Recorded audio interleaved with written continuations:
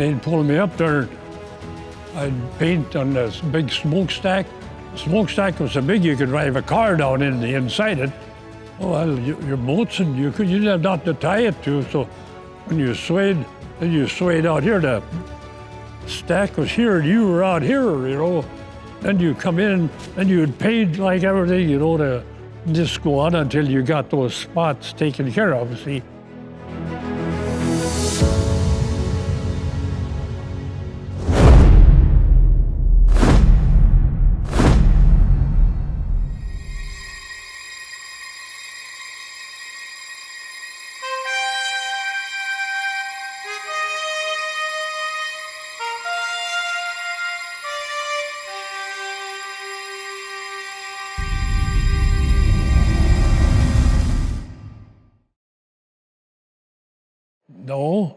No, I'm a loner. No, like they got Ernie, you know. They put an E on the beginning and spell it my name that way. Some have that. That's if you have that, but there's nobody that's come up with Ornie except me. Okay. So I'm all by myself. See, all by myself. See.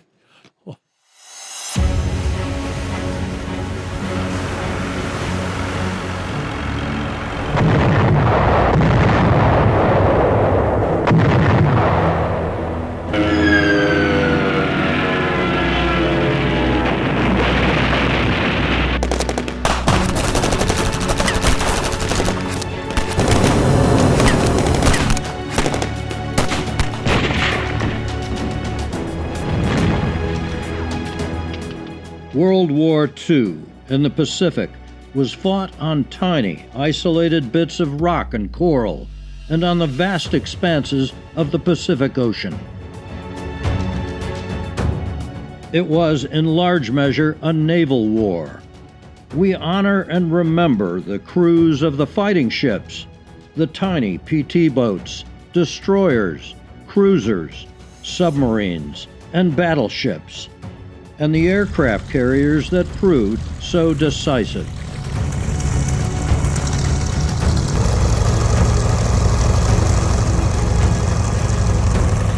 Less often do we remember the support ships and their crews who sailed on the tankers, tenders, cargo ships, troop ships, and hospital ships that were essential to the Allies' victory at sea.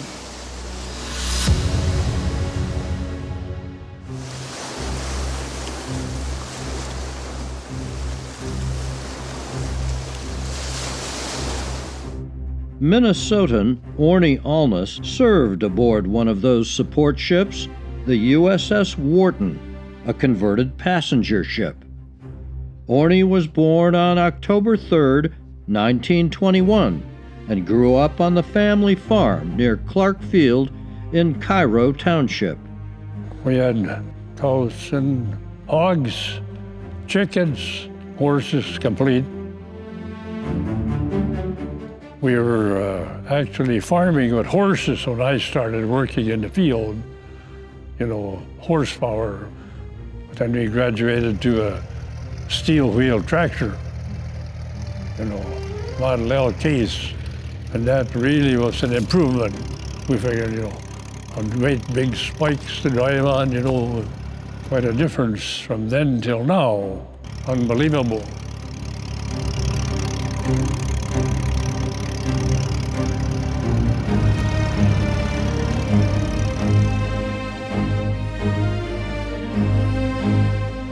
I lost my mother when I was 9, or I wasn't 10 years old, you know. My youngest brother was 1 year old when my mother died. And my oldest sister, she quit school. She went through 8th grade.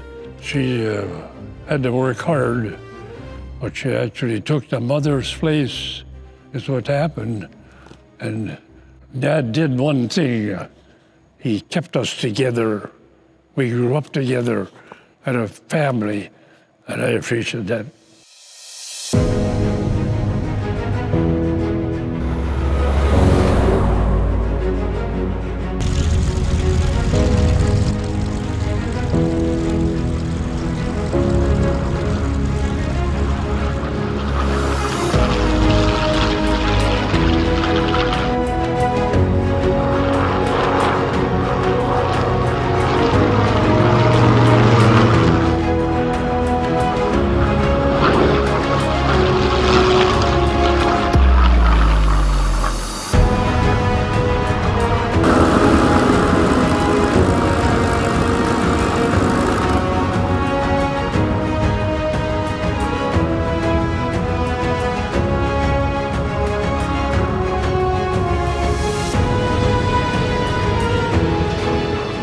President Roosevelt said that the Japanese have attacked the Pearl Harbor from the air. I'll repeat that. President Roosevelt says that the Japanese have attacked Pearl Harbor in Hawaii from the air. On December 7th, 1941, Japanese aircraft from a carrier task force attacked the U.S. naval base and airfields at Pearl Harbor, Hawaii. The next day, America declared war on the Empire of Japan. I'd been out touring and I come in and I opened the door and my oldest sister told me we're at war. They just declared war on Japan. The unprovoked and dastardly attack by Japan on Sunday, December 7th, 1941, a state of war has existed between the United States and the Japanese Empire. Well, it was a shock, that's for sure. But I don't think we really realized what it was to start with. I don't know, the assumption of it until it kind of settled down and seen what was happening, and really when it come to the bombing and that, I decided I wanted to go in the service that I wanted on my own and not wait till the draft. So I worked through the first year in 41 and helping Dad, and I got close to the draft time. I knew I'd be in. I think I'd be in the next bunch to be drafted through Granite Falls here. I had to go to Minneapolis to enlist, I think it was. Maybe I enlisted here and I had to go to Minneapolis and get tied in, or what do you call it, an introduction, and then I took off.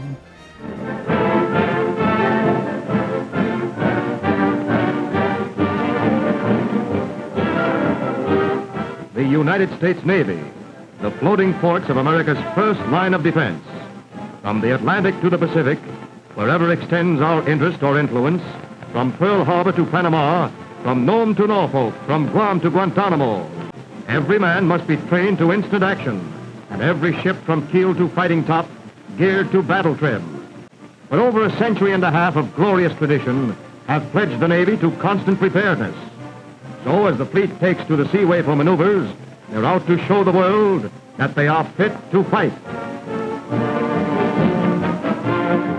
Well, I had a little influence. I had an uncle in World War I in the Navy, and he was always kidding me. Oh, join the Navy, join the Navy. He'd come out here, and I think it had a little influence, but I mean, I didn't want no infantry. I wanted something else. I always had the Navy in mind. That's where I wanted to serve, and I'm proud of it.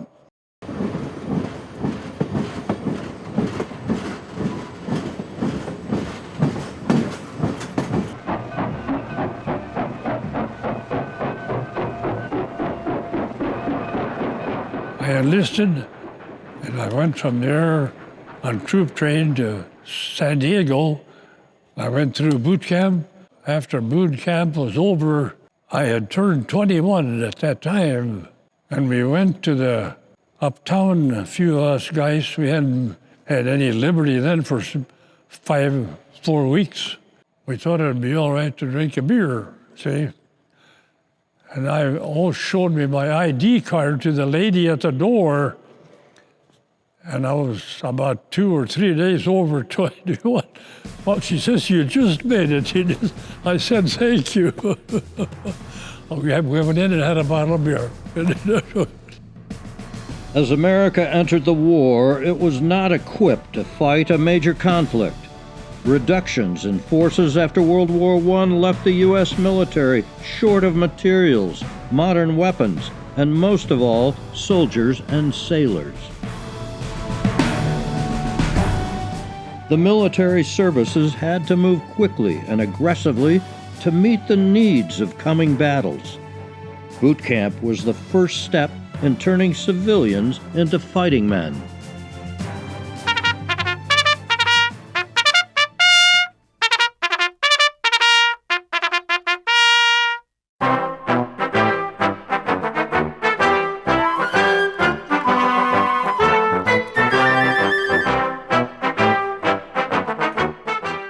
They make it about as miserable for you as they can.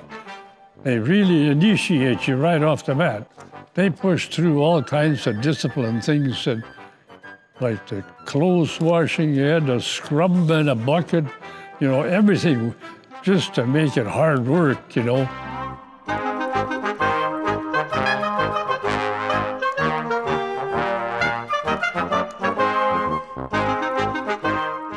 Marching on the cement, great big cement pads out there, you're learning how to keep your legs in order with everybody else, all that training and that.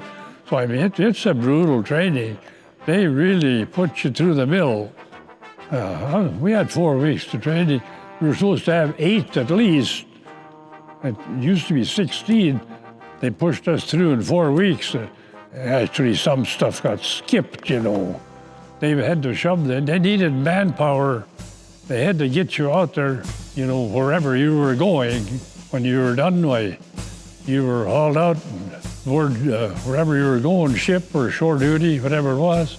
I ended up at ship duty. Ornie's ship was the USS Wharton, launched in 1921 as the steamship Southern Cross. She carried passengers and cargo on South American routes for the Munson Shipping Line until 1938. The Navy acquired her in 1939, renamed her, and refitted her as a transport with the hull number AP7.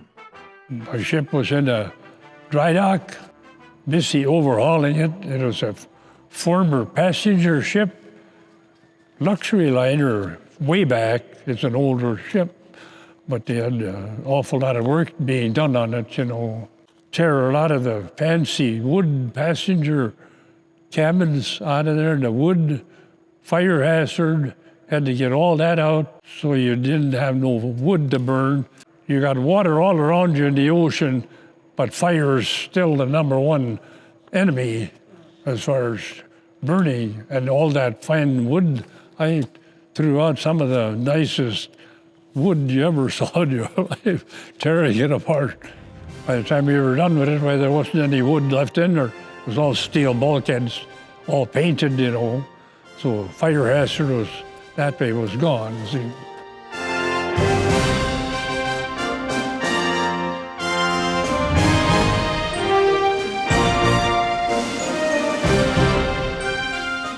In spite of all the hard work, Ornie found life at sea aboard the Wharton to be pretty good, with good food and good crew. Oh yeah, I had nice duty. I'll still say that. There was war. War is war, and that's terrible, but as far as my duty aboard ship was good. Started out just a seaman, and you work your way up till you get into a trade. And I got into the ship fitter trade. That's what I wanted. Elevated myself up through examinations and everything. After so many months, you could try and advance. If you passed everything, you moved up. Till I ended up making first class ship fitter. Ornie earned his rating as a ship fitter, a seaman who is trained to plan, install, and repair the structural components of a ship.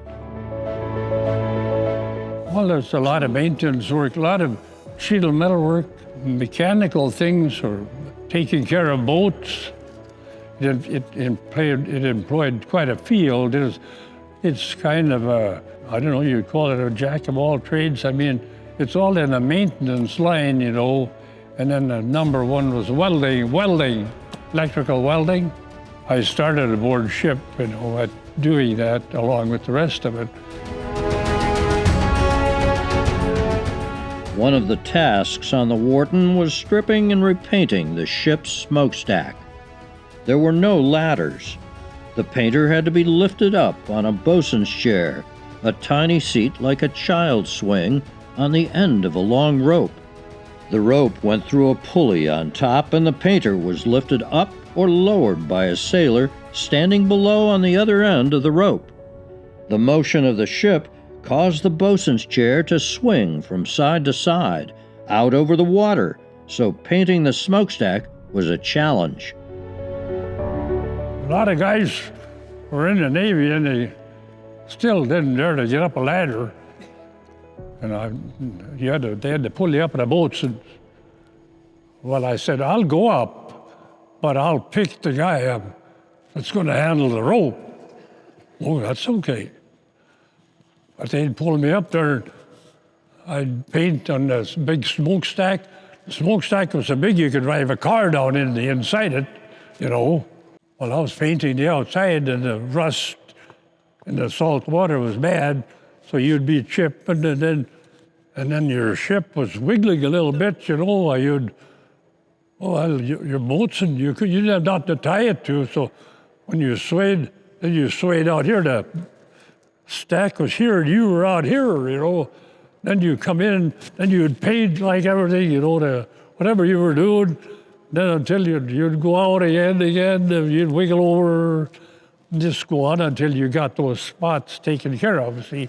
But a lot of guys couldn't do that. It never bothered me, none of that. Today, I can't even get off a ladder. Among Ornie's many responsibilities that he shared with the crew, a key role was managing the water system. If a crew member lingered too long in the shower, Ornie could quickly shut off their water supply, ensuring adherence to time limits and the efficient use of resources on board.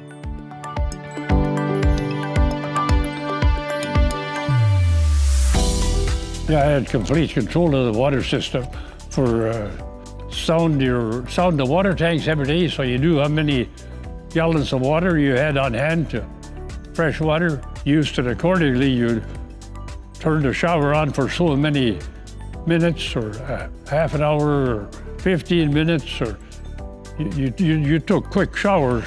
When I come along, I had the key, I turned the water off, and you know, I'd warm a few seconds at a time. You better get on.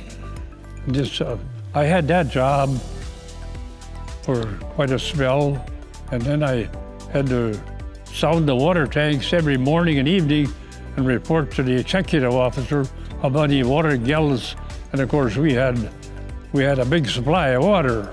It wasn't that, but sometimes we had our own evaporators on the ship, so we could evaporate some, but we could never quite keep up when we got down like around the equator. We never ran out entirely, but we had to ration it. So we just rationed so much every day and you know, take care of it.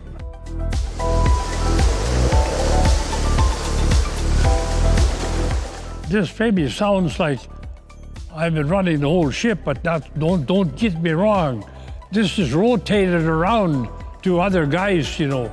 You have 4 hours on and 4 off. Somebody else took your place, you know. It isn't, you know, it sounds like maybe I'm running the whole Navy. Don't get me wrong now.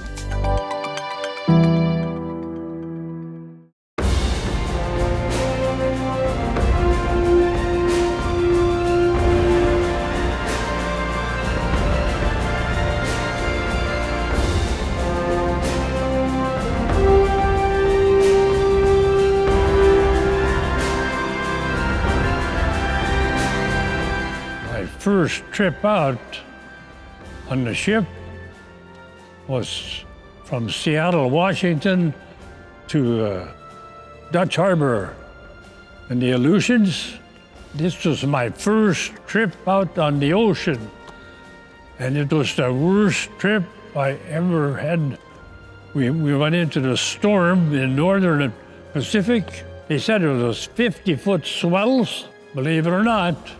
But I mean, this is my first trip out. They stuck me on the helmsman for steering. Well, you had to take orders from the officer, you know. You had to do what he told you, but you had to handle the ship. I'd live in a little rowboat, you know, but handle a great big 25,000-ton ship. And we ran into the worst storm that they've ever had. The guys were so sick, it was nothing but sick ones around. I never missed a meal. I stared, but we just about hit you have a destroyer, a small a destroyer escort along with you for a kind of a guard ship a ways ahead of you. And you couldn't have lights on, you know, no lights at all at night. If you got caught with a light, why, you'd get a court-martial. You know, you couldn't light a cigarette, you couldn't do nothing at topside. It was war. The storm was so bad that great big ship, a bow would go down in the water, and I didn't know if it was ever coming up again before water opened. It was just this way, or if it wasn't this way, it was that way. It was terrible. But it never bothered me. I knew I could take just about anything at that time. Didn't make any difference. You know, but some couldn't take it. But some got so sick, well, they'd sooner die. They got that bad. They really hurt some guys. In fact, we had one guy that tried to do that. They caught him in time, and next time into port, why, we transferred him off because he couldn't take it.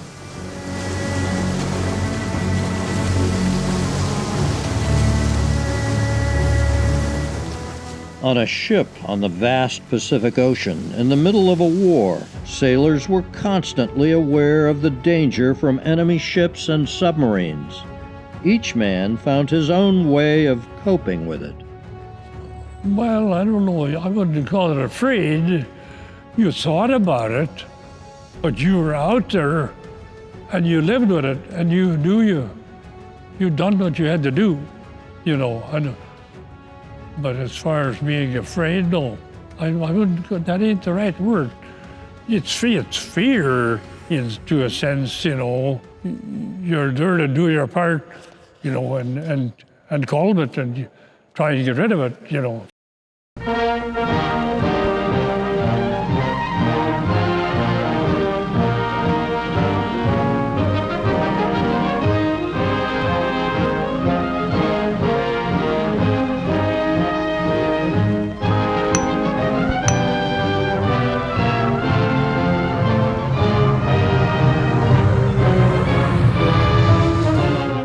Four different trips like that, hauled workers up to the Aleutians, Navy Seabees, work battalions, because the Japs had come in over. They done a pretty bad bombing run on Dutch Harbor. I don't know if they hit Kodiak too, but I think it was Dutch Harbor. They killed about 50 people. And then they ruined a lot of buildings, so they needed a lot of workers. But then they hauled the Navy Seabees up, construction battalions, they were Navy guys, and then we hauled the civilian help back, see. Along with the North Pacific storms, sailors in the Aleutians had to deal with extreme cold.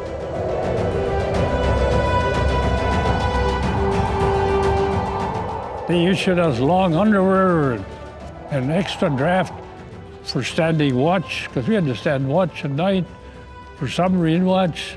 Normally it was a 4-hour shift.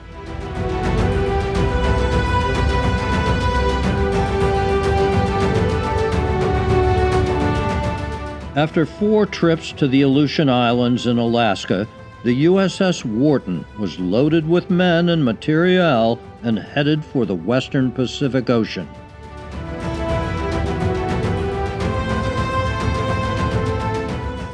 But actually the United States, when they first started fighting back out there where they had their headquarters in New Caledonia, because they were the friendliest island that we had, and we had several of them down there, but they were the best ones. And then they kept on moving as we fought back, you know. But that was way down on the other side of the equator.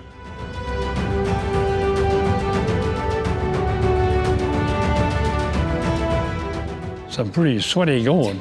Some pretty sweaty. So, and from then on, I covered the Pacific quite a bit. I had to stop with troops in Australia. We hauled some British fighter groups back one time there in New Zealand, and then otherwise, so it was Guadalcanal, they were done fighting there, New Guinea on over. Then we got to the Marshalls and Mariana Islands, and I was in on the invasions, or I'd call it invasions. It was our take back from the Japanese. We had to get them out of the Marshall Islands, Kwajalein and Inuiatak, and that was Guam was in that group. That was the big one. When we were in that, I wasn't on a fighting ship. I was on a supply ship. We used to have at least one, we had one, but as a rule, 2 hospital ships for wounded. When they got full, why, we had a pretty big sick bay, they call it, or a hospital on our ship. So then we'd have to take the overload of the wounded ones. So they'd call us up, we'd fly the white flag, and then we'd pull in closer so the smaller boats could bring the wounded ones, haul them out and hoist them aboard and get them to the hospital, and they do all they could to take care of it. But we were so overloaded we couldn't even take care of the way they come in, that fast when we were in the bad fighting. Terrible. I shouldn't even talk about it. But I mean, you were there, you had to do your job.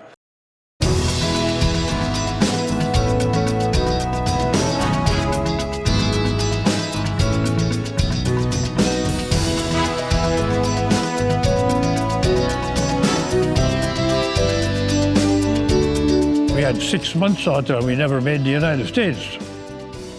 We were out there all the time.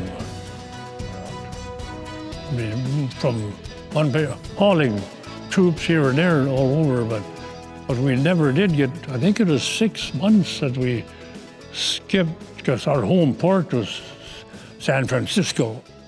We were done securing Guam in that fight. And then we were supposed to take some bunch of wounded ones to Hawaii. And on the way, one of our engines, our turbines, quit on us. So we only had one.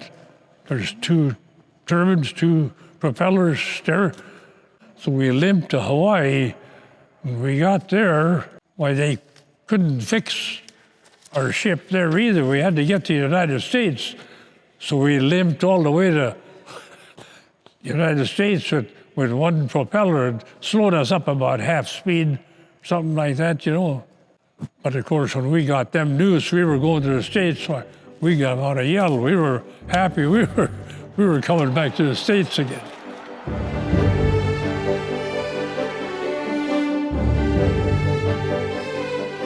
Back in the States, Ornie requested a transfer to shore duty for additional training as a welder.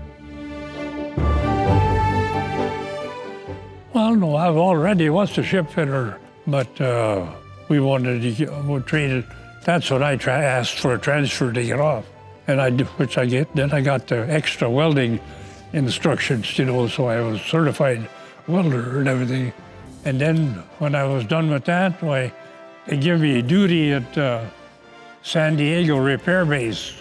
I went down there, and then I was strictly, I didn't do nothing, I ship fitter, but all I done was electric welding. Helped repair some ships that come in pretty well shot up. Big I-beams on a flight deck that had been shot off in one of the aircraft carriers. You're working with some terrific big stuff. I welded some of those, helped though. Not just me, it's others, just get that wrong. I was one of them, we were a bunch, but you welded them, big deal. So I done a lot of that. And that's where I was at when the war ended.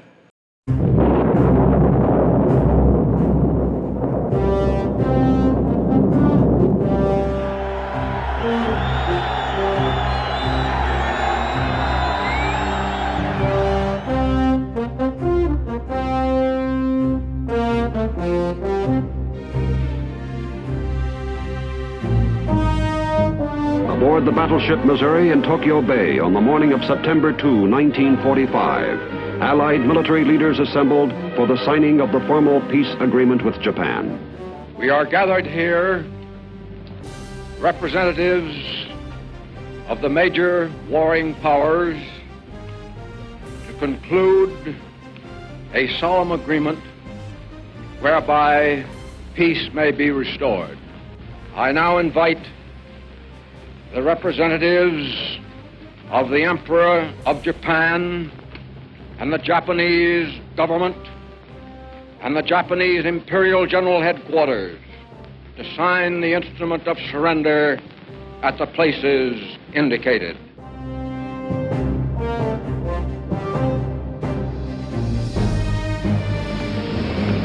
Let us pray that peace be now restored to the world and that God will preserve it always. These proceedings are closed.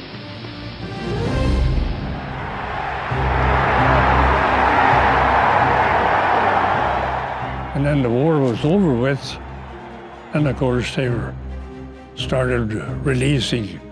And then they went by a number system. I can't remember just what they used there when your turn come up by the. I had to stick around until the middle of December. I got home for Christmas in '45, which was nice.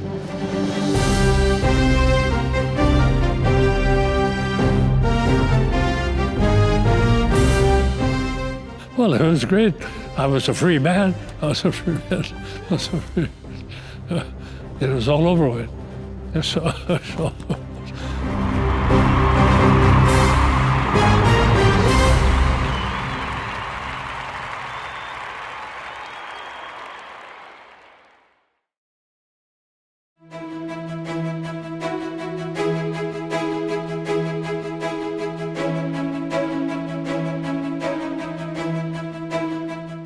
I took over the farm when Dad wanted to quit. He was in retirement age, you know.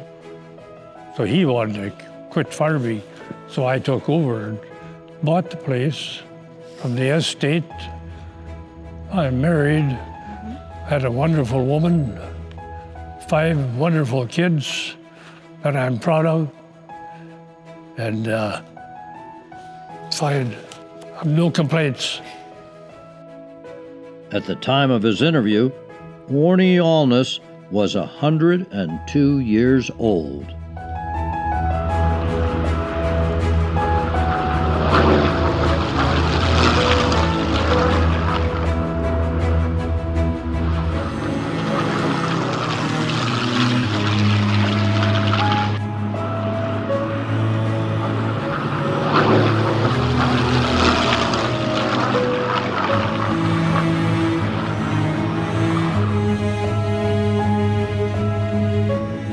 I've lived a little longer than I figured I would. But I'm still here. I'm surprised myself. I pinch myself once in a while. I pinch myself. And I'm still okay up here. Thank God for that. I'm still got my, I hope I can keep it till I drop. And I'm proud of what I've done. That's it.